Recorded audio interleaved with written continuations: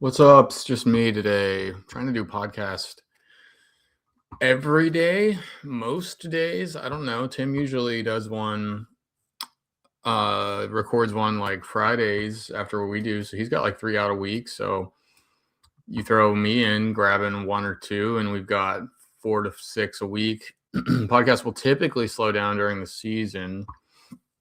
Not for some people, I guess, but most of what I do and what the value I add is written. So the in-season stuff is mostly written. I'm not going to be doing like slate podcasts or anything like that. That'll all be written stuff, but lots of stuff coming up. Just wanted to keep the podcast feed filling up, add new stuff. This is the time,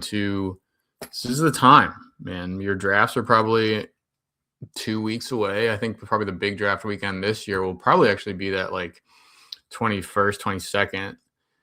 Because the opening day is Wednesday the 25th, 26th on Thursday for most of the league. I think some teams don't even play till Friday. It's like an 11-game slate on that Thursday or something, so you're missing 8 teams or something like that.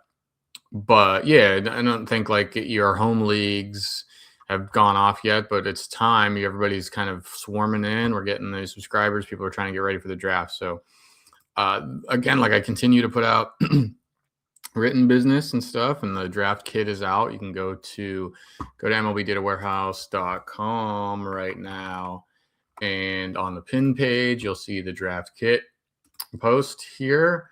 And if you're not a paid subscriber, if you don't like spending monthly money, you can just grab this for $15 one time, and then you have it.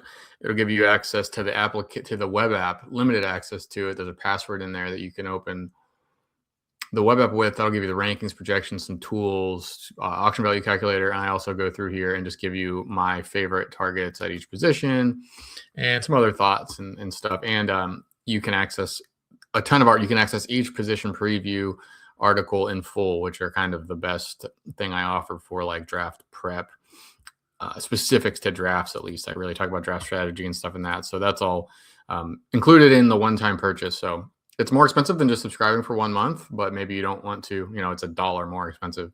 Maybe you just don't want to have to worry about canceling or whatever. I do have plenty of people that just are willing to pay for draft prep. They don't really care about the in-season stuff, which is cool. So you can do that right now. Also, in 3 weeks, we're going to need those projections, daily projections, tools, DFS, betting stuff.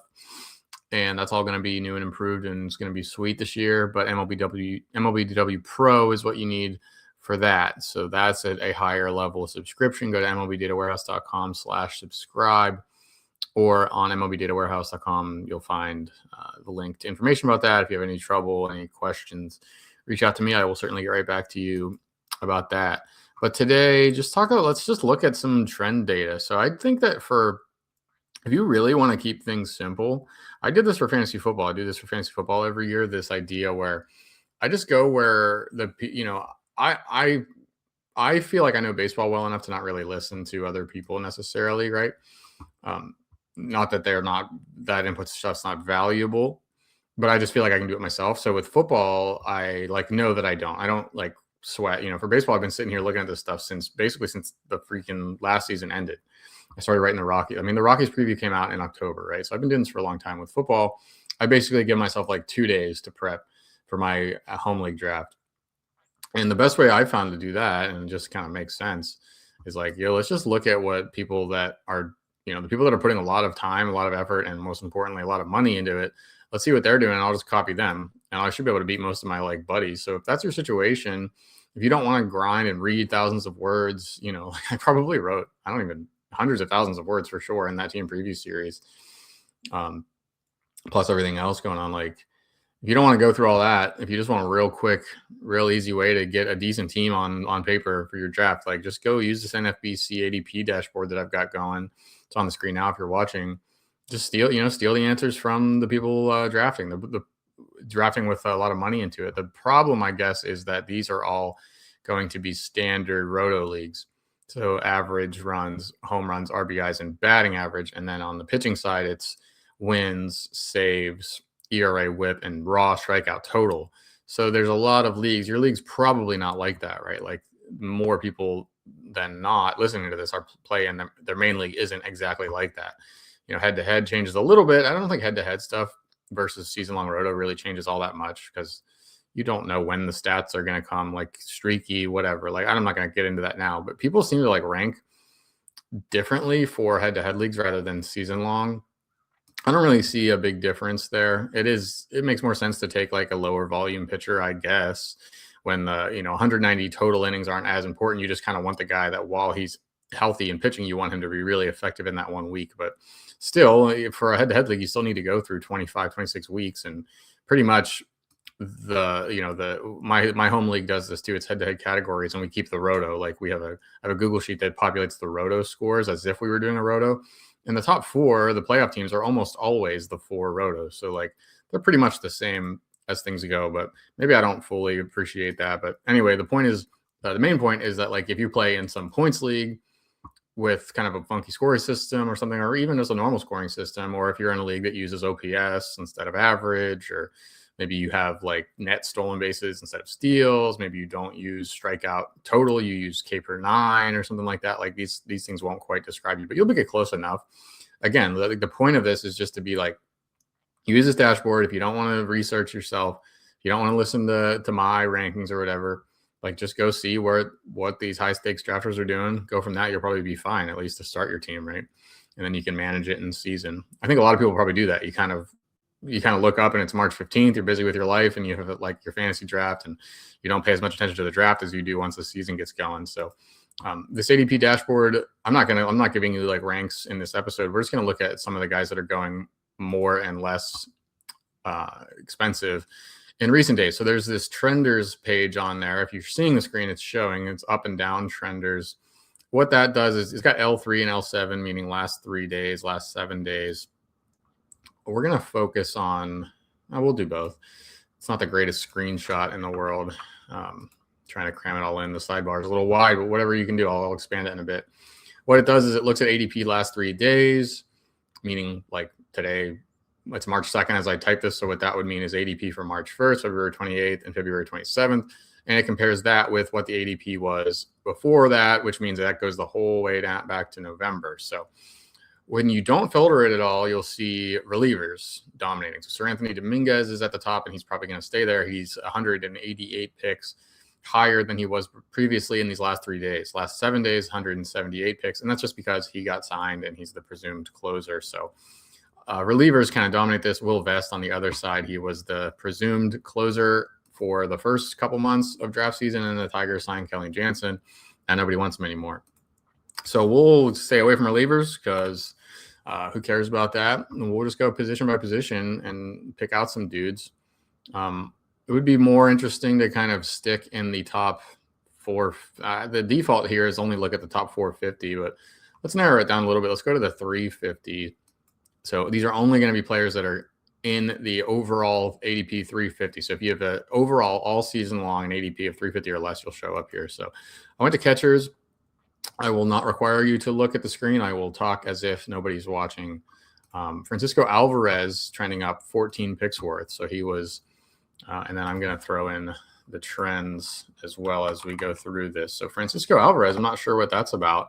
A lot of these you're going to see with injury, like related to injuries, or I don't know if we'll see any effects of spring stats. Probably not. These drafters are sharp enough. We'll see if like Mick Abel or somebody pops up here. I kind of don't think so, but I don't know. Francisco Alvarez, maybe just because he's looking healthy and he's showing up in spring and whatnot. Is he made? I haven't heard his name at all. We got the spring training dashboard over here.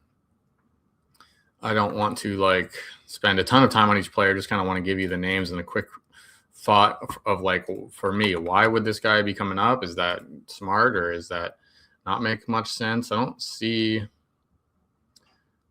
We got to clear that. Okay. So yeah, we got only 3 plate appearances for Francisco Alvarez. So he's had a slow start to the spring, hasn't played. He's only played 1 game so far. So I don't know. I guess people just maybe some catchers exit, then another catcher kind of fills it in. Catcher's kind of a weird position too, but Francisco Alvarez started around 190 down to 170 or so. ADP in March looks like below 170 in a couple drafts. So he's a guy I liked for sure. Like, I thought he was too cheap. Maybe that's just what people are realizing, that he has this power upside that not a lot of other catchers do. Now, talked about with Tim recently last week that he doesn't like him at all because the hit tool and the play discipline stuff is bad. And he does have an extremely bad expected batting average. So you can probably depend on him, or the negatively connotated word of depend on, but you depend on doesn't have to be positively connotated, right? I was going to say you can depend on a bad batting average from him. You can, I don't know, it's a weird way to say that, but you get what I'm saying, right? Carter Jensen and Carson Kelly also up almost one round. Nothing crazy here. Carson Kelly's up 10 picks from his previous ADP, and Carter Jensen up 9 picks. Just like, it makes a lot of sense with the Carter Jensen type, where it's kind of a sneaky, maybe like a sleeper prospect that not everybody's aware of. And then more people get online about it, and you start getting more talk about it, and drafters see the guy's name and they just want to like reach a little bit more. Like, I'll reach one round then further up than I wanted to, but Carter Jensen's looking like a top 200 pick now. I don't know. I think it makes sense as like I will punt catcher with him, and if it doesn't work out, there's plenty of guys that can fill in. I think that makes sense. I just would not guarantee anything from Carter Jensen. I'm always going to be super skeptical about dudes who don't have a significant amount of time in the major leagues. Carter Jensen has like a month or two, probably like 2 months worth of playing time. He was great, and that's that, but still 2 months of being great could be very fake. And you could see him struggle here in the second month, but that's about it. Will Smith, Logan O'Hoppe are up 7 picks, which is pretty much just noise, I would say. Austin Wells coming down minus 18 picks. Dylan Dingler. I thought Dylan Dingler was too cheap at the beginning. I thought he'd come up, and I was wrong. He's actually going the other way. Not sure exactly what that's about. There's probably going to be some little news pieces in this that I have missed. Did Dylan Dingler get hurt or something? I mean, did I miss something here? Why would he be?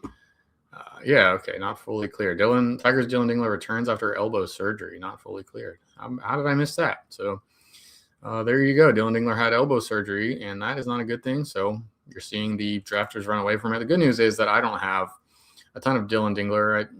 I do, but he's like a catcher too anyway. He's not someone you were ever drafting as your first catcher. He's just not quite top 12. I don't know where I ranked him. I suppose I should move him down now. We're learning things here. We're going to have to move Dylan Dingler down a little bit because he's not ready to go, and he had elbow surgery. So it could be a little bit of a slow start. Maybe he doesn't have the power. It's not like the hitting numbers were good, but I suppose they weren't ever like shouldn't have fully like believed in him that he could continue to hit really well. So we'll do that. Let's just do this. I'm doing this on the fly. Oops. Okay, so I shouldn't be doing this on the fly because I'm just going to mess everything up.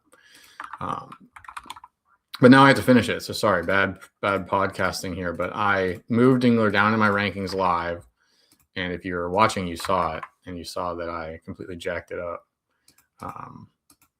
But I moved him down, and now I have to re-rank everybody. So we do that, and that takes care of it. So there you go. Dylan Dingler injury. People are fleeing. I think that's fine. If you're in a 12-team, even a 15-team League One catcher thing, like if you think that 15 or so catchers max are going to be drafted, like you don't have to worry about Dylan Dingler, but he's someone that you might want to pick up in the middle of the year because he is a pretty good hitter, and I think he'll play more than people think.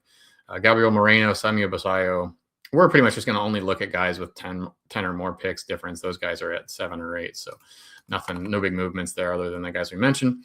Wilson Contreras getting some helium, or I never know what analogies to go with, because a helium would mean going up, but in ADP, like going down is actually going up. You know what I'm saying?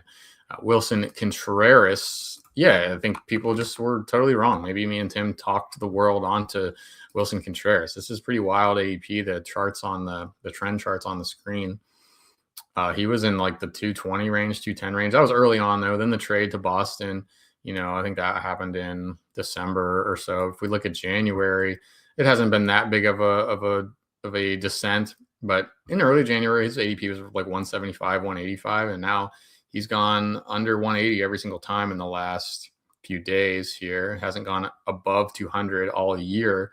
Now the L3 is up 25 picks, so he's getting more expensive, as he should be, because he's just a good pick at first base. One of my favorite. He was near the top of the list in cost considered rankings, so that's a little bit of validation. Sal Stewart, also 20 picks coming up. People are kind of realizing he'll make the team, and that he's got good upside in Cincinnati and Great American. So that always made sense. You're going to see these rookies get more expensive. We've seen it with Connor Griffin. I'm guessing he's going to show up when we get to shortstop. But you see that every year. The young guys, the upside guys, they get a lot more expensive as chips are on the table and people are doing drafts because they want these guys and they're willing to, they're worried that someone else will get them. You're worried that someone else is going to grab Connor Griffin for you. So you just keep pushing them up and it just kind of snowballs from there.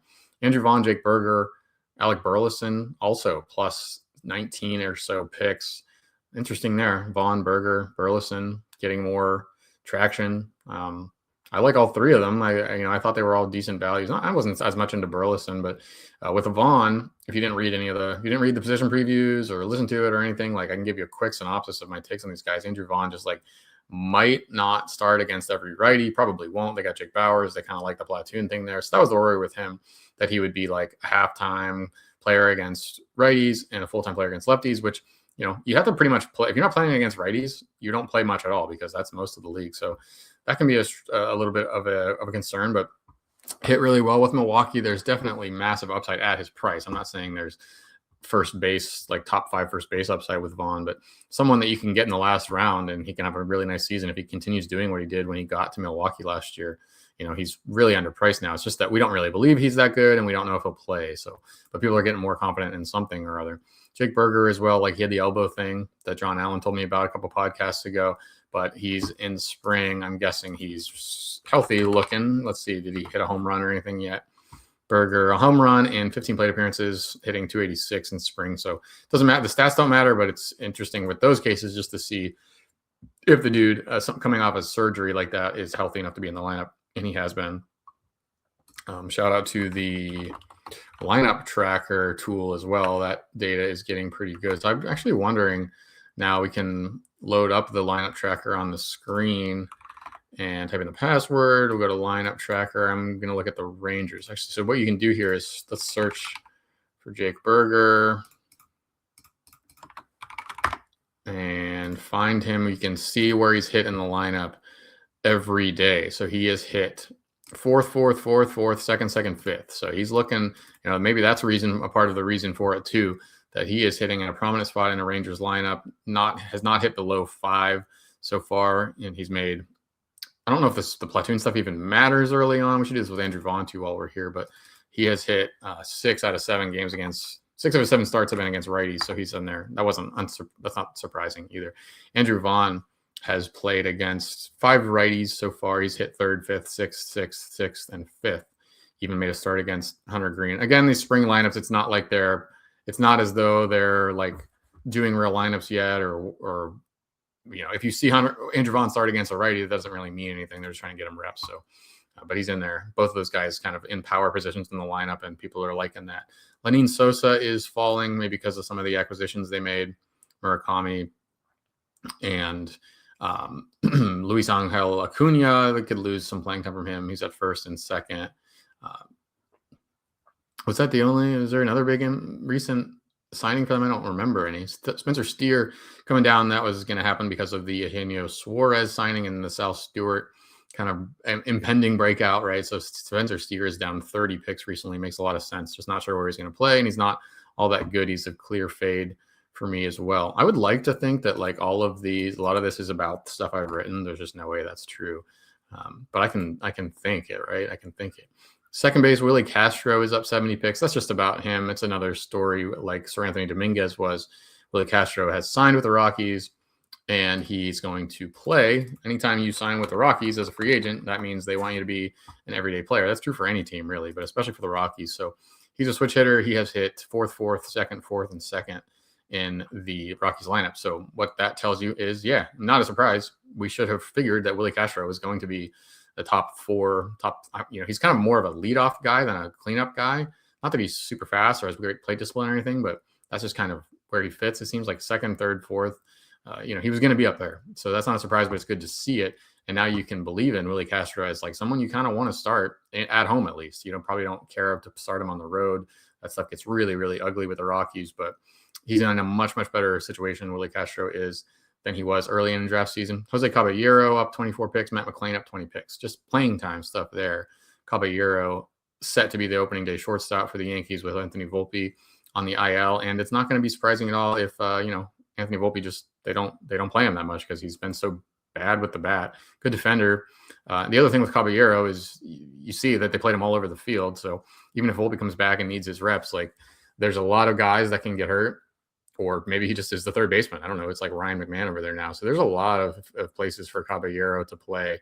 No guarantee, but again, I've said this before, like even if you are in you take him in like a 12-team league or something like that, and you take him in a categories league to be your steals guy, even if he's not starting on like a Friday, don't you kind of want to leave him in there anyway? Because it's almost better for, like, in some ways, you could look up the numbers on this, I guess, with Jose Caballero, but if he doesn't start, that it almost still means, almost sure he's going to pinch run at some point. He's going to have a stolen base opportunity. Not almost sure, because maybe that opportunity won't come up, but if there is a place late in the game where they need a steal, like he's going in there.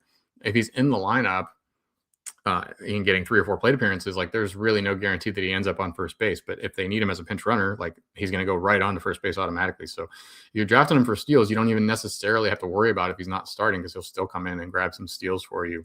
Of course, it's not a great situation. Then you can't get any home runs, or you can't get runs or RBIs if you're not in the lineup. But it's just something like the reason you're drafting Caballero where you draft him is because you need a bunch of steals late, and he can do that for you. And I think it's a pretty great situation for him in the Yankee Stadium. I didn't like him at first, but now I'm kind of getting into it. I'm kind of really thinking about doing this thing where I just don't really worry about steals. And then in like the, I don't know, 12th round, I take Chandler Simpson, or if I don't get him, like 16th round, I take Jose Caballero or something like that. Try to catch up in steals with one dude instead of trying to balance them all out. Don't know. I'm not saying that's the best way to do it, but I think it's somewhat viable. Matt McLain also just going to be the Reds starting second baseman. So people are, there were some questions about that, but there's confidence from the Reds that he's a guy in the lineup, at least at the beginning of the year, and that'll boost your ADP up as well. Guys going down: Tommy Edman hurt, Lennon Sosa, not sure about that. Same situation. Oh, we talked about him, right? He was at the first base too. So we already mentioned that. And Jackson Holiday hurt. Let's go to third base. Willie Castro again. He also plays there. Kazuma Okamoto. That was going to happen as well. Just like solid production in spring, and he's in the lineup. He's another guy we should check the lineup stuff on. Great tool over here, the lineup tracker. Okamoto has hit 6th, 6th, 5th, and 6th. That makes sense. I would have guessed 5th or 6th, I guess, maybe even 4th. I'm not sure where I don't remember exactly where they like Vlad. We can do the by team thing on here. Let's make this a little bit more viewable. We'll go to by team. We'll go to Toronto, and we'll see. Like today, he's not in the lineup, so that's not a good example. Trying to find like one of these that looks kind of like a real life lineup for them. Doesn't look like we really have one where all the regulars have been in there. Here's one. Maybe on the 26th, the Blue Jays rolled out Springer, Varsho, Guerrero, Barger, Kirk, and Okamoto, and then Clement, Menez, Straw. And that was against lefty Braxton Garrett. Would not think Dalton Varsho is a number 2 hitter against lefties. They're probably just trying to get him some looks there, make sure he faced the lefty early on, something like that. But Okamoto has hit in the run producing area, and he's hit a couple homers, or at least one homer. So he can, he's a real guy. At least, you see him in the States. He's a real dude. He wasn't an AI hologram or something like that. He's real. He can swing a bat. He can hit a home run against major league pitchers. So that'll move the price up a little bit, obviously, because again, some of this data was from November before he had even landed somewhere, where a lot of uncertainty there. Jordan Lawler, another playing time guy, like gets the nod in the outfield. He'll get a shot, and we like that. So I'm a big fan of his this year. He's up 35 picks recently. Downtrenders: Matt Shaw, playing time. Josh Young, injury. Mark Ventos, playing time. Isaac Paredes. People are kind of running away from Paredes, minus 21 picks recently. Still in Houston. Don't really get that. Good value on Paredes there if he fits what you need, which is home runs and RBIs for cheap, because he's not going to hit more than 250, I don't think, and he's not going to steal many bases. Shortstop, of course, Connor Griffin and Weatherholt are, if I had to put a player poster on this episode, it would be Connor Griffin, because he let's back this up. So if we go to, started a draft season outside of the top 300, it was really looking like, you were talking about in December when I wrote the Pirates preview, I didn't even write him up because it was like, well, we'll see him maybe midway through the year. And isn't that funny, right, about Connor Griffin? I think I can tell the AI thing here to clip that. If I say clip this, I think it'll make a clip. Isn't that funny about Connor Griffin, that before we saw anything, before anybody showed up to camp, He's at like 290, 300, really cheap. And then by the time, you get down here, spring training games didn't start till February 20th. And right here, even around like mid-February, 215 or so, February 15th, that area, he's inside the top 200. So, I mean, what changed? They didn't play. They didn't announce anything about him. It's just that all of these prospect sites started talking about him. So it was all like, not organic. Like the initial downfall here in ADP has nothing to do with his actual baseball performance. Now, these last few picks probably do, because he's hit 3 home runs and he's hitting and playing a lot for the Pirates. And there's actually talk about them maybe taking him to Pittsburgh right away. And some things have changed here as well. Like the Pirates clearly are going for it this year, quote unquote. Like they've added other players on. So some of this downtrend probably has to do with that. Like, okay, if the Pirates were clearly mailing it in and they were clearly a 100-loss team, they'd have no incentive at all to go Griffin at opening day. Now it looks like they can compete, and it makes a lot more sense. So I guess what I said there wasn't exactly right, but still, like a 100-pick reduction before games were played at all, that just seems like, I don't know, some kind of overreaction of some way. I can't really argue too much about it. Like, I won't be the one pulling on Griffin at 125 to be my like starting shortstop or starting middle infielder. I still don't think he's going to make the team, and I still don't think he's going to be that great right away. I think he'll be, I'm not going to say anything about the long term, but you're talking about, I think we're going to be sitting here in early June being like, why did we, that doesn't look too good. And then maybe he'll go like Nick Kurtz crazy late. That could certainly happen, but he is the poster boy of this. But JJ Weatherholt is like, he's not quite saying hold my beer, because he's not doing the same thing as Griffin, but he's coming down too. He's in the top 220 or so now, after being those two basically went at the same-ish time early on. And now, Griffin's inside the top 150 and Weatherholt's in the top 250. I think Weatherholt has the best chance of these rookie shortstops to make the team out of camp. They traded Arenado. Weatherholt's going to be the third baseman when he does get there. And I don't know, like the Cardinals they're not going to win anything this year, but they don't seem to be an organization that's as cheap, as worried about saving the year or whatever. And Weatherholt's had AAA experience. That's the big difference between him and Griffin. Like Weatherholt finished that year on the AAA team. I think they won a championship or something like that. So he's got a lot more experience. Even the plate discipline stuff with him is a lot better than Griffin. Might not matter at all because Griffin's skills are what they are, like elite, but it makes sense that the Weatherholt might be the like smoothest transition of these. Kevin McGonigal's here as well. He should smoothly transition as well. His plate discipline's elite. But I think he's less likely. I think he's the least likely of these three to make the team out on opening day. So my guess is Weatherholt makes it. Griffin does not. McGonigal does not. I bet Griffin goes to AAA, just dominates for a couple weeks, and then you see him. But I could be wrong. I kind of hope I am. I'll owe Frank Amirante some money, but I hope I'm wrong, and I hope we see Griffin like hitting 6th or 7th or something on opening day. That'd be fun. Anthony Volpe, Brooks Lee. On the way down, Volpe got hurt. Brooks Lee just sucks, and people are realizing that or something like that. So when all these shortstops are coming up, I guess some guys have to go down as well. So we'll go to outfield, wrapping up this podcast. We'll do some starting pitcher here as well. Outfield uptrenders, Willie Castro again, Justin Crawford again. Let's see what he's doing. Let's go to the Phillies. Let's go to player search on the lineup tool. Crawford. Justin Crawford. I have a mechanical keyboard. You guys like hearing that? I bet you do. I always like that sound. Justin Crawford has hit leadoff, 6th, 7th, and then leadoff. He led off just the 28th 2 days ago against Dylan Cease.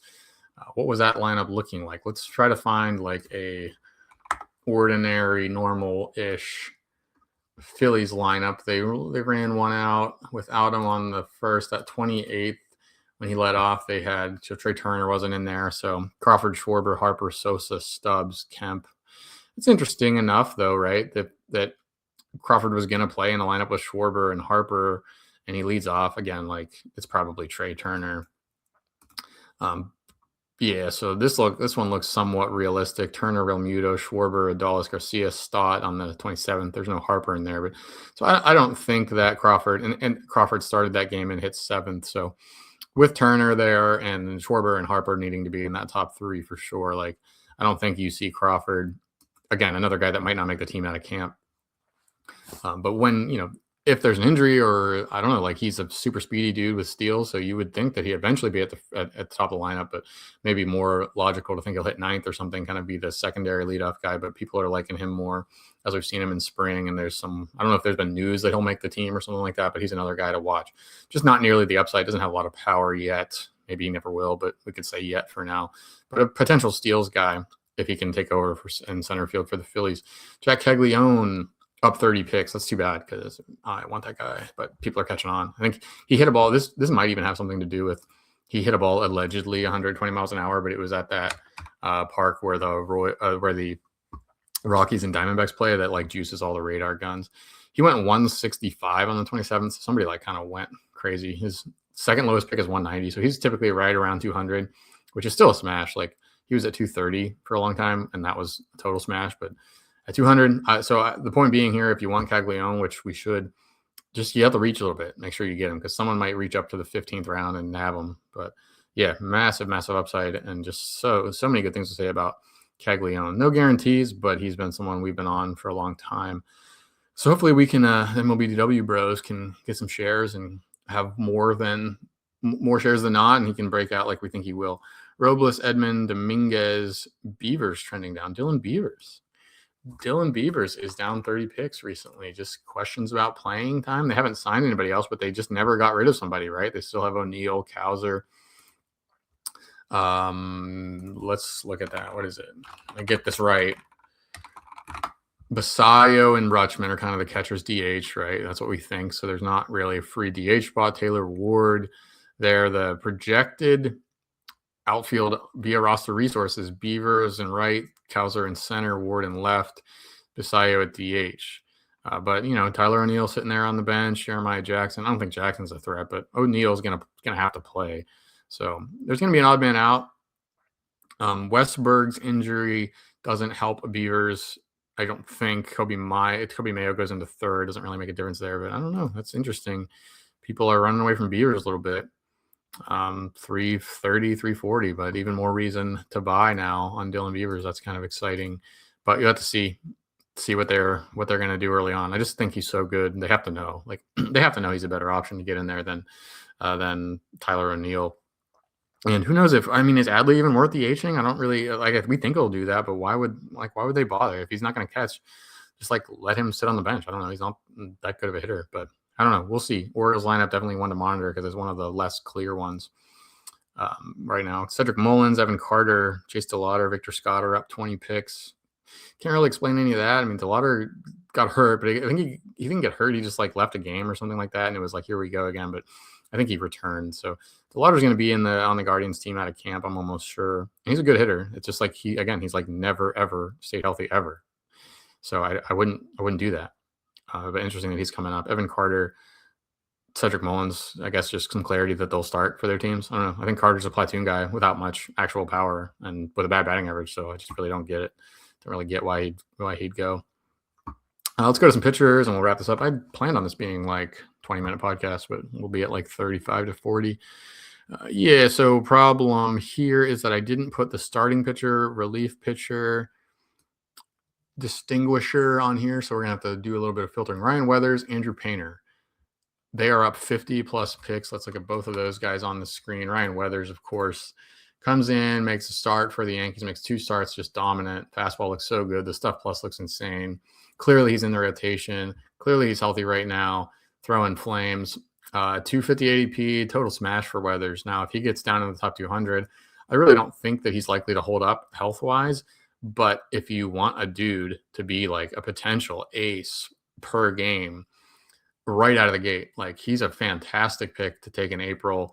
And if he gets hurt, okay, it'll be what'll it be? A 20th, 18th, 17th round pick or something like that. You can probably replace him in most situations. So that's the reason for that. Just people are being reminded of his upside, his abilities, and the clarity, I guess, just for sure that he's in the rotation. There was never a question for me after the trade, but when you see him go out there and make a couple starts, one of the first Yankees starters off to make a start, that's a sign of confidence.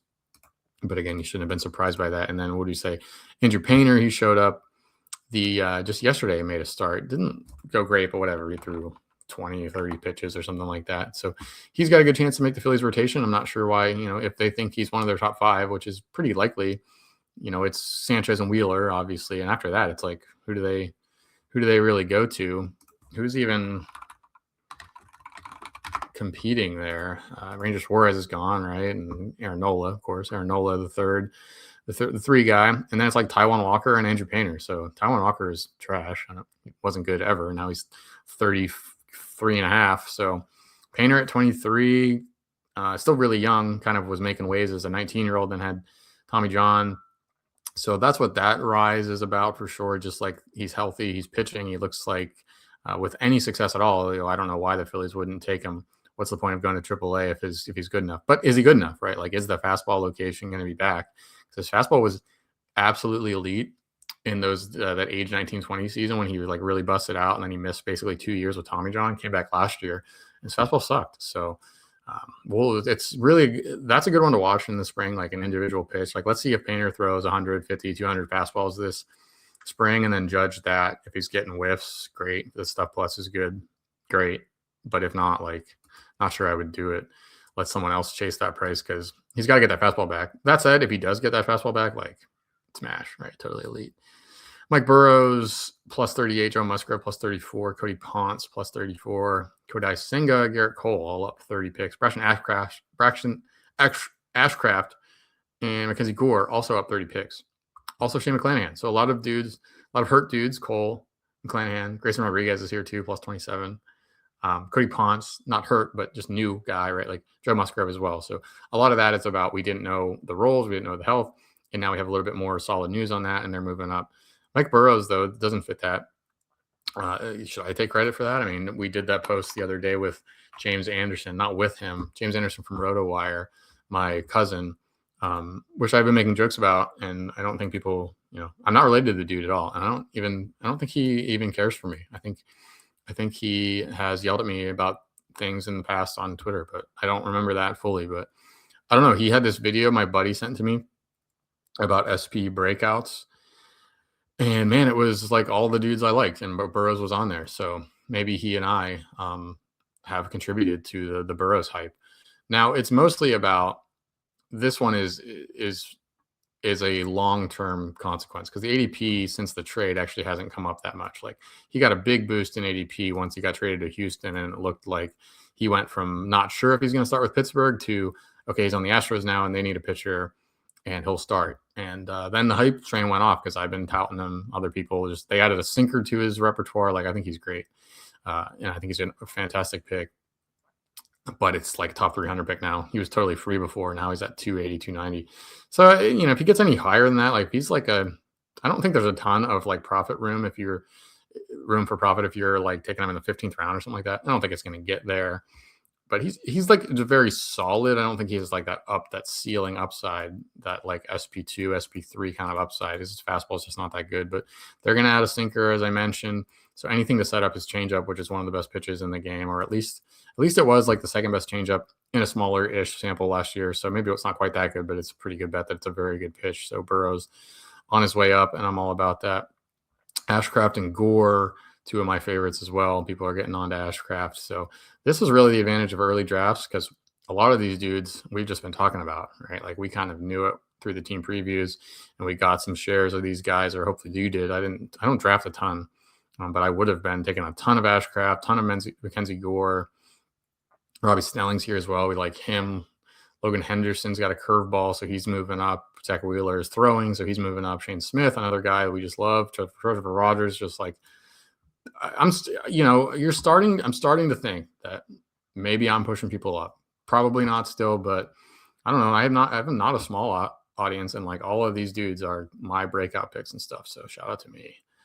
I don't know. Downtrenders on the starting pitcher side of things. If I can even get the screen to go over here. Merrill Kelly's hurt. Jonah Tong probably not making the rotation. These guys are all starting pitchers that are falling in drafts. Connolly early. Questions about his role, if he'll start in AAA. Roki Sasaki looked bad in spring. Questions about if he's in the rotation or bullpen or what, or if he's even any good. Bryce Miller is hurt. He's here. Joe Ryan is a little bit hurt, and so he's here. Carlos Estevez is throwing like 88 miles an hour. It's absolutely incredible. He's just lost like 6 miles an hour on his fastball. It could be totally nothing. Maybe he's just really easing into it or something like that. But he is falling. I don't know. I wouldn't touch him. Like the underlying stuff wasn't good either last year. And with any loss in fastball velo, like that's even more reason not to like him. I didn't like him before. I can understand, like, I don't think he's really going to be throwing 86 mile an hour fastballs this year. Like, I'm sure it is partially, at least, having to do with him just ramping up. But do you really go from 94 to 88, like, and have something not be wrong? Like, I kind of doubt it. You don't really see that. And that's it. Those are the guys coming really far down.